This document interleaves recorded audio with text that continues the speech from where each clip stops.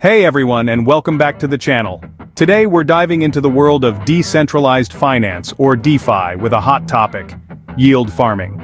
Now this concept can be a bit complex, but fear not.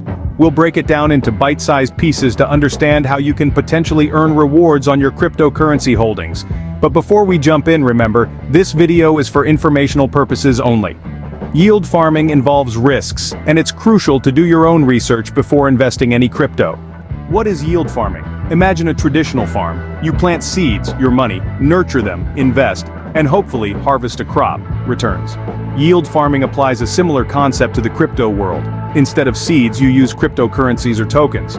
These are deposited into DeFi platforms, which are essentially applications built on blockchain technology.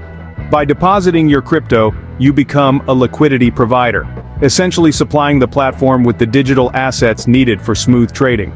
Why yield farm? Here's the exciting part. DeFi platforms incentivize liquidity providers with rewards. These rewards can be in the form of additional tokens from the platform itself, or even a share of the trading fees generated. How does it work? There are different ways to yield farm, but two main ones involve liquidity pools and lending protocols. Liquidity pools.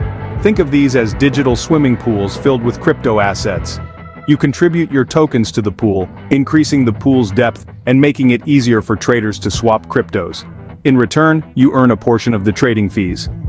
Lending protocols. Here, you act like a crypto bank. You lend your holdings to borrowers on the platform and earn interest on your loaned assets. Sounds easy, right? Not quite. Yield farming can be complex and risky. Here are some things to consider. Impermanent loss. Crypto prices fluctuate.